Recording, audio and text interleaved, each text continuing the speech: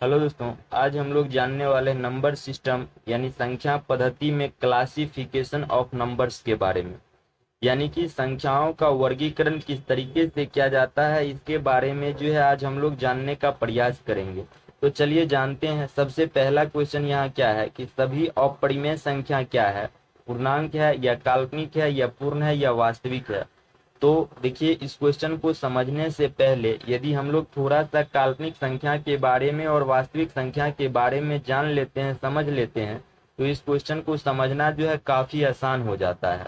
तो चलिए जानते हैं। तो देखिए, काल्पनिक संख्या किसे कहते हैं, इंग्लिश में तो इसे इमेजिनरी नंबर कहते हैं। अब काल्पनिक संख्या किसे कहते हैं, तो वैसी संख्या जिस संख्या के रूट के अंदर माइनस लग जाए पीछे, वैसी संख्या को काल्पनिक संख्या कहते हैं। एग्जाम्पल की यदि बात करें तो -1, -2, इसी तरह, यानी कि वैसी संख्या जिस संख्या के रूट के अंदर पीछे माइनस लग जाए, वैसी संख्या को काल्पनिक संख्या कहते हैं, यानी कि इमेजिनरी नंबर कहते हैं। अब यदि हम लोग जो है यदि वास्तविक संख्या यानी कि रियल नंबर के बारे में बात करें, तो देखिए, काल्पनिक संख्या को छोड़कर यानी कि काल्पनिक संख्या के अलावा दुनिया की जितनी सारी संख्याएं बचती है शेष, वो सारी संख्याएं जो है वास्तविक संख्याएं कहलाती है। चाहे वो परिमेय संख्या हो, अपरिमेय संख्या हो, सम संख्या हो, विषम संख्या हो, भाज्य संख्या हो, अभाज्य संख्या हो, यानी कि काल्पनिक संख्या के अलावा दुनिया की जितनी संख्याएं हैं सभी की सभी संख्याएं जो है वास्तविक संख्याएं कहलाती है।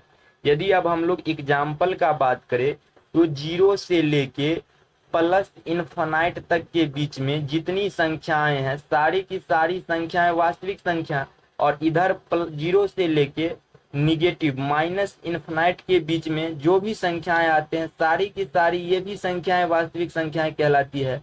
यानी कि कुल मिलाकर हम लोग कह सकते हैं कि 0 से लेके प्लस इन्फिनाइट तक और 0 से लेके माइनस इन्फिनाइट तक के बीच में जो भी जितनी भी संख्याएं आती है सारी संख्याएं जो है वो वास्तविक संख्याएं कहलाती है। ठीक ना।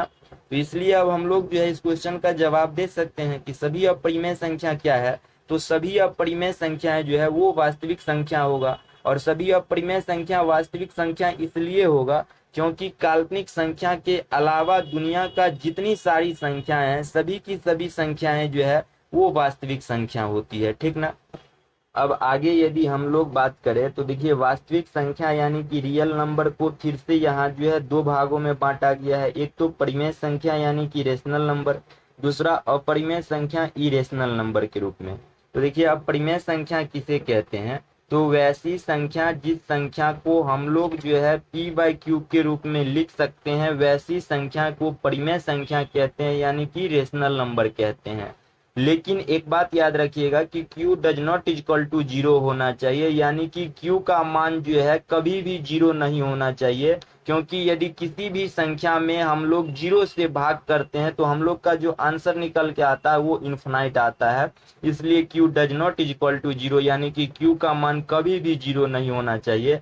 अब यदि एग्जाम्पल का हम लोग बात करें तो देख लीजिए, 7, -7, ये सभी संख्याएं जो है परिमेय संख्या हो जाएगी, क्योंकि 7 को तो हम लोग 7/1 लिख सकते हैं और -7 को भी हम लोग 1 लिख सकते हैं बट्टा में, क्योंकि 1 से भाग करने पर कोई फर्क नहीं पड़ता है। और जब हम लोग 1 से भाग कर देते हैं तो यही संख्या अब p/q के फॉर्म में आ गया, यानी कि भिन्न के रूप में आ गया। तो अब इस संख्या को हम लोग परिमेय संख्या कह सकते हैं। इसलिए अगर 7 भी पूछे सिर्फ ओनली 1 कि परिमेय संख्या है क्या है, तो हम लोग कह सकते हैं कि ये परिमेय संख्या है, क्योंकि इसे भी हम लोग जो है p/q के रूप में लिख सकते हैं। आगे यदि अब हम लोग बात करें तो अपरिमेय संख्या यानी कि इरेशनल नंबर किसे कहते हैं, तो देखिए, वैसी संख्या जिस संख्या का वर्गमूल जो है हम लोग नहीं निकाल पाते हैं, यानी कि दशमलव में आता है, वैसी संख्या को हम लोग अपरिमेय संख्या कहते हैं।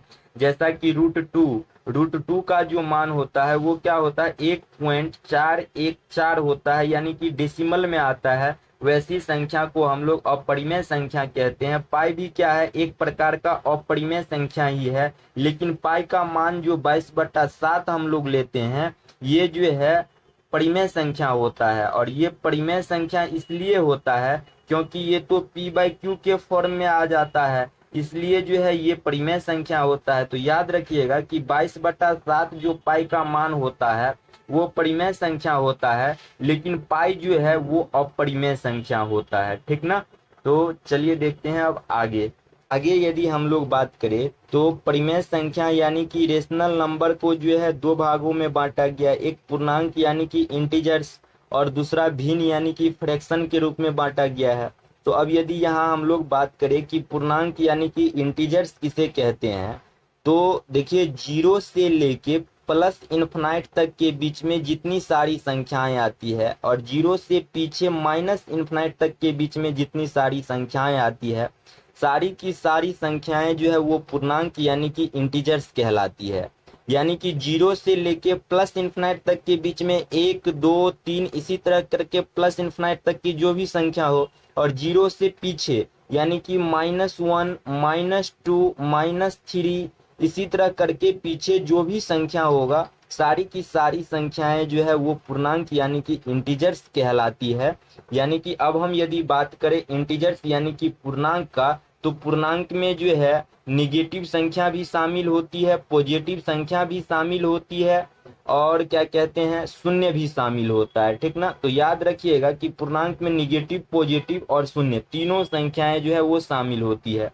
अब यहाँ भिन्न यानी कि फ्रैक्शन का हम लोग बात करें तो वही बात जो p/q के रूप में यानी कि 1/2 2/3 ये जितनी संख्याएं जो है भिन्न है यानी कि फ्रैक्शन होगा, जिसे हम भाग के रूप में लिख सकते हैं, ठीक ना। अब आगे यदि हम लोग बात करें पूर्णांक यानी कि इंटीजर्स के बारे में, तो देखिए पूर्णांक को जो है 3 भागों में बांटा गया है, एक तो ऋणात्मक पूर्णांक, दूसरा धनात्मक पूर्णांक, तीसरा जीरो।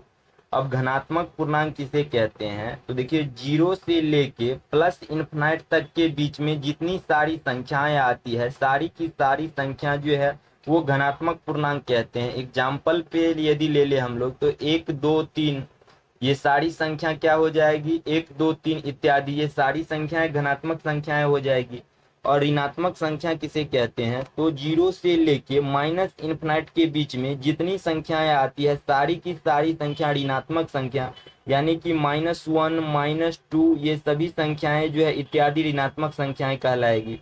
अब देखिए धनात्मक संख्या को यहाँ दो भागों में बांटा गया है, एक तो प्राकृतिक संख्या जिसे हम लोग इंग्लिश में नेचुरल नंबर कहते हैं, और दूसरा पूर्ण संख्या जिसे इंग्लिश में हम लोग होल नंबर कहते हैं। तो अब यदि प्राकृतिक संख्या किसे कहते हैं बात करें, तो गिनती की संख्या को जो है हम लोग प्राकृतिक संख्या कहते हैं। और गिनती की शुरुआत जो हम लोग करते हैं वो 1 2 3 से करते हैं, यानी कि 1 से शुरुआत करते हैं, यानी कि 1 से लेके 1 2 3 इत्यादि सारी संख्याएं जो है प्राकृतिक संख्याएं कहलाएगी। और प्राकृतिक पूर्ण संख्या किसे कहते हैं, तो गिनती की संख्या में जब हम लोग शून्य को शामिल कर देते हैं तो वो सारी संख्याएं कहलाती है पूर्ण संख्या, ठीक ना। यानी कि 0 1 2 3 ये सारी संख्याएं अब पूर्ण संख्या कहलाएगी। अब देखिए यहाँ प्राकृतिक संख्या को फिर से दो भागों में बांटा गया है, एक तो अभाज्य संख्या जिसे इसी का दूसरा नाम है रूट संख्या भी, और इंग्लिश में इसे हम लोग प्राइम नंबर कहते हैं। और दूसरा बात करें तो भाज्य संख्या जिसका दूसरा नाम है यौगिक संख्या, जिसे इंग्लिश में हम लोग कंपोजिट नंबर कहते हैं। तो अब बात यदि करें कि अभाज्य संख्या किसे कहते हैं, तो वैसी संख्या जो एक और स्वयं के अलावा किसी और से विभाजित ना हो वो अभाज्य संख्या कहलाती है। एग्जाम्पल का यदि बात करें तो 2 1 नहीं होगा अभाज्य संख्या, एक न तो अभाज्य संख्या होगा न तो भाज्य संख्या होगा। इसलिए एक नहीं होगा क्योंकि एक तो खुद एक से ही डिवाइड होता है, और अभाज्य संख्या होने के लिए कम से कम एक और स्वयं दो संख्या से विभाजित होना चाहिए, लेकिन एक तो यहाँ सिर्फ एक ओनली वन एक से ही विभाजित होता है, इसलिए एक न अभाज्य संख्या होगा न ही भाज्य संख्या होगा। तो अभाज्य संख्या जो होता है वो 2 से शुरुआत होता है, यानी कि 2 3 7 3 भी जो है 1 और 3 से विभाजित होता है, 7 भी 1 और 7 से विभाजित होता है, यानी कि 1 और स्वयं से जो संख्या विभाजित होता है वो अभाज्य संख्या कहलाता है।